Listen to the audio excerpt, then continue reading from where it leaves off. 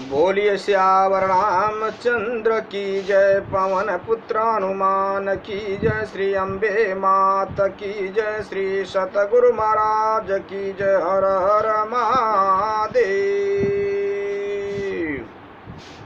राजा राम राम राम सीता राम राम राम, राजा राम राम राम सीता राम राम राम, राजा राम राम राम सीता राम राम राम, राजा राम राम राम सीता राम राम राम, राजा राम राम राम सीता राम राम राम, राजा राम राम राम सीता राम राम राम, राजा राम राम राम सीता राम राम राम, सीता राम राम राम, सीता राम राम राम, राजा राम राम राम, सीता राम राम राम, राजा राम राम राम, राजा राम राम राम, सीता राम राम राम, राजा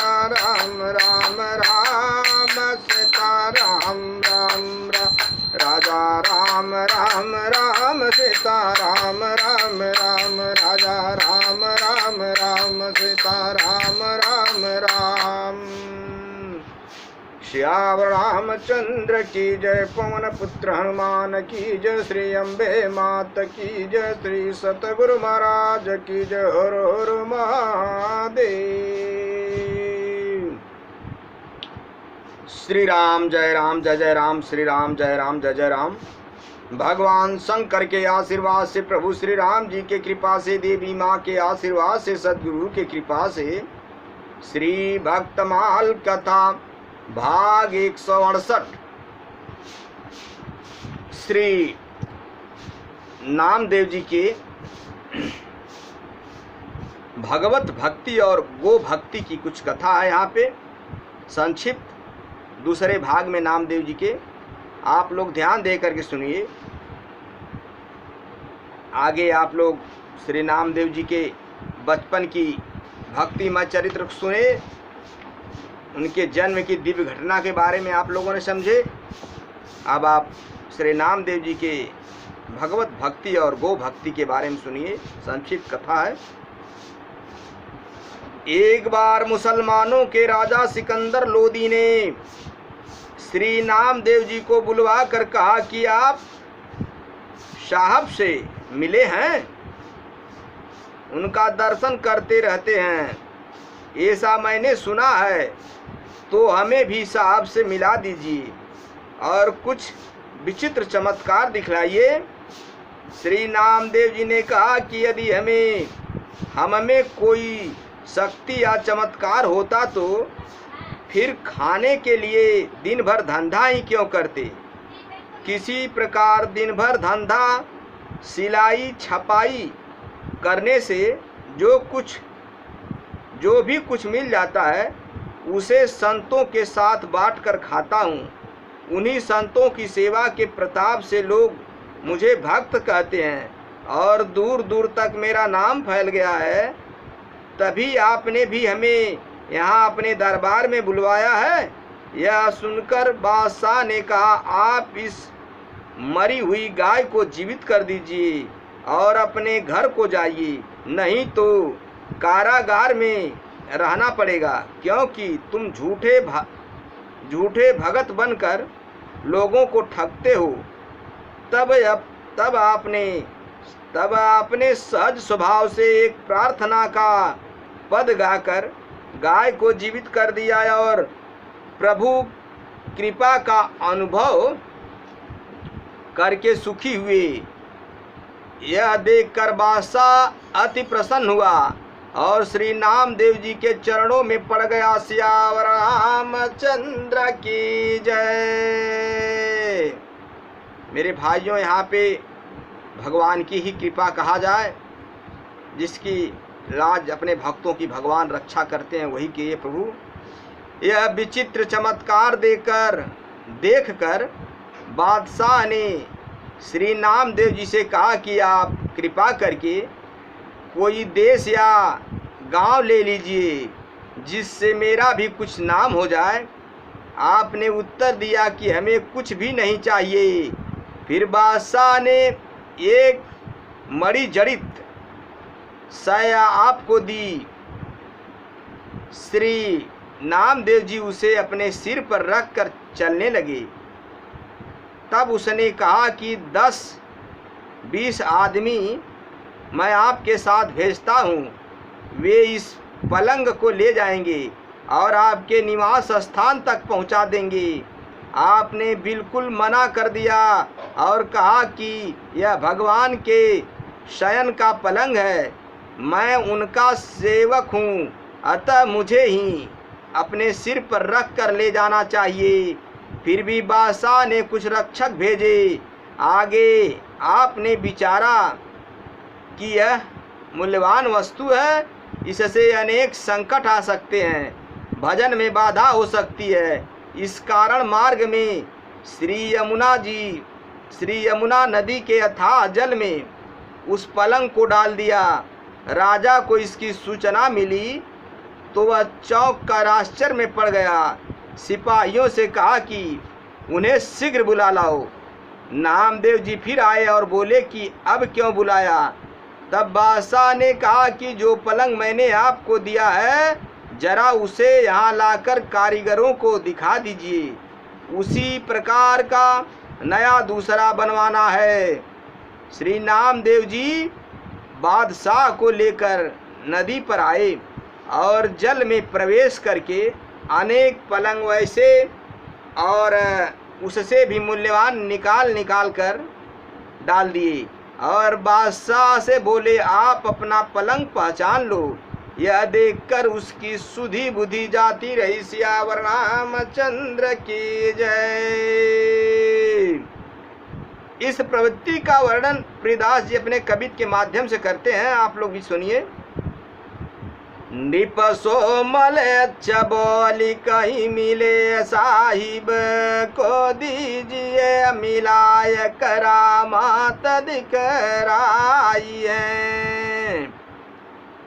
होय करामात तो पय काहे को कसब करे। भर यदि नए पई बाटी संतन सो खाइए। ताई के प्रताप पैयालव बुलायो। हमें दीजिए जीवाय गाय घर चली जाए। दैल जीवाय गाय सज सुभाय ही में अति सुख पाय पाय परयो मन भाइये। लेवो देश गाँव जाते मेरो कछु नाम हो चाहिए न कछु दई से जमनी मई है। धरि लई सदैव संग 10-20 नर नाई करियाय जल मा जडारी दई है। भूप सुनी चौकी परयो लाग्यो फेरी आयो कहूँ। कहीं ने कयानी के आनी के देखाऊं की जे नाई है नहीं है। जलत निकासी बहु बाती गई डारी। तट लीजिए पिछानी देख सुध बुझी गई है। बादशाह तो चौक के रह गया। श्री नामदेव जी की भक्ति का महात्म्य सुनिए आप लोग। श्री नामदेव जी की करामात देखकर बादशाह भयवश उनके चरणों में आ गिरा और प्रार्थना करने लगा कि मुझे ईश्वर के दंड से बचा लीजिए। श्री नामदेव जी ने कहा, यदि क्षमा चाहते हो तो एक बात करो कि पुनः इस प्रकार कभी किसी साधु को दुख मत देना। इसे बादशाह ने स्वीकार कर लिया। फिर उन्होंने कहा कि फिर अब कभी मत बुलाना, फिर कभी मुझे मत बुलाना। ऐसा कहकर श्री नामदेव जी वहाँ से चल दिए। उनकी इच्छा हुई कि पहले पंडरीनाथ जी के मंदिर में चलूं, भगवान के नाम गुण कीर्तन का नित्य नेम पूरा कर लूं। मंदिर पर गए तो द्वार पर बहुत भीड़ भाड़ दिखाई पड़ी। जूतों की चोरी की शंका से शायद मन एकाग्र न हो, इसलिए कपड़े में लपेटकर जूतों को कमर में बांध लिया। हाथों से भीड़ को हटाकर भीतर गए। दर्शन करके पदगान आरंभ करना चाहते ही थे कि किसी ने जूतों को देख लिया और रुष्ट होकर 5-7 चोटें लगाई। फिर धक्का देकर मंदिर से बाहर निकाल दिया। परंतु श्री नामदेव जी के मन में पांडवों से इस व्यवहार से थोड़ा भी क्रोध नहीं आया। अब श्री नामदेव जी मंदिर के पिछवाड़े जाकर बैठ गए और भगवान से कहने लगे कि प्रभु, आपने यह बहुत ही अच्छा किया जो मुझमें मार लगाई। मेरे अपराध का दंड तुरंत ही दे दिया। अब नित्य नियम के अनुसार पद गाता हूँ, सुनो। यह कहकर नामदेव जी पद गाने लगे, जिसे सुनते ही भगवान का हृदय करुणा से भर गया। भक्त को विरह व्यथित एवं दीन देखकर प्रभु व्याकुल हो गए। संपूर्ण मंदिर को घुमाकर श्री नामदेव की ओर द्वार कर दिया। यह देखकर जितने भी वेद पाठी पंडा पुजारी थे, सबके मुख की कांति क्षीण हो गई। सब ऐसे फीके पड़ गए जैसे पानी उतरने से मोती फीका हो जाता है। अब उनके हृदय में श्री नामदेव जी के प्रति बड़ी भारी श्रद्धा भक्ति उत्पन्न हो गई। सबों ने श्री नामदेव जी के सुख देने वाले चरणों में गिरकर क्षमा याचना की। उन्हें प्रसन्न देकर सबको शांति प्राप्त हो। श्यावर रामचंद्र की जय। श्री नामदेव जी की कुछ पद हम भी गाते हैं। आनि परयो पाय प्रभु पासत बचाय लीजे, कीजे एक बात कभू साधु न दुखाइए। लय मानी फेर कीजे, न साधु मेरा लीजिए गुण निगा। देख द्वार भीर पगदासी कटी, बाधी धर कर सो उचिर करी चाय पद गाइए। देख लेनी व्ययी काम दिन 5-7 चोट के नि धक्का धकीरी समान में आइए। बैठे पिछवारे जाई किनी जूचितय, लीनी जो लगाई चोट में मन भय। कान दई क्या सुनो या बचतन, कछु ठोरमो को यही नित नेम पद गाइए। सुनत ही आन करी करुणा विकल भयो, फिर द्वार गति मंदिर फिर। जेती कवे सोती मोती बसी उतरी गई, भैये प्रीति गए पाव सुखदाइए। मेरे भाइयों, मेरे मित्रों, ईश्वर सत्य है, जगत मिथ्या है। यहाँ पे नामदेव जी की अब अगले भाग में कथा रहेगी। कथा विसर्जन होत सुनहु पवन कुमार राम लखन सीता सहित मोह परहु कर कल्याण श्याम रामचंद्र की जय। ईश्वर सत्य है, जगत मिथ्या है। ये भाग्य से, बहुत भाग्य से शरीर मिली है, इसको पा करके व्यर्थ न करें। हर पल हर घड़ी कहीं भी कैसे भी हरि का भजन करें, चिंतन करें, स्मरण करें, दर्शन करें। संतों की कही हुई बात को, वेदों की कही हुई बात को विश्वास मान करके हरि का भजन करें। हरि भजन बिना जीवन मिथ्या है।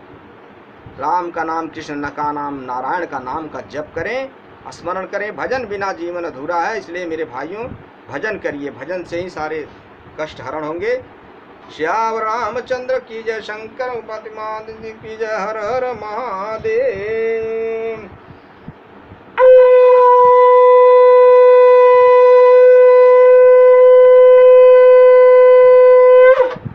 हरि नारायण।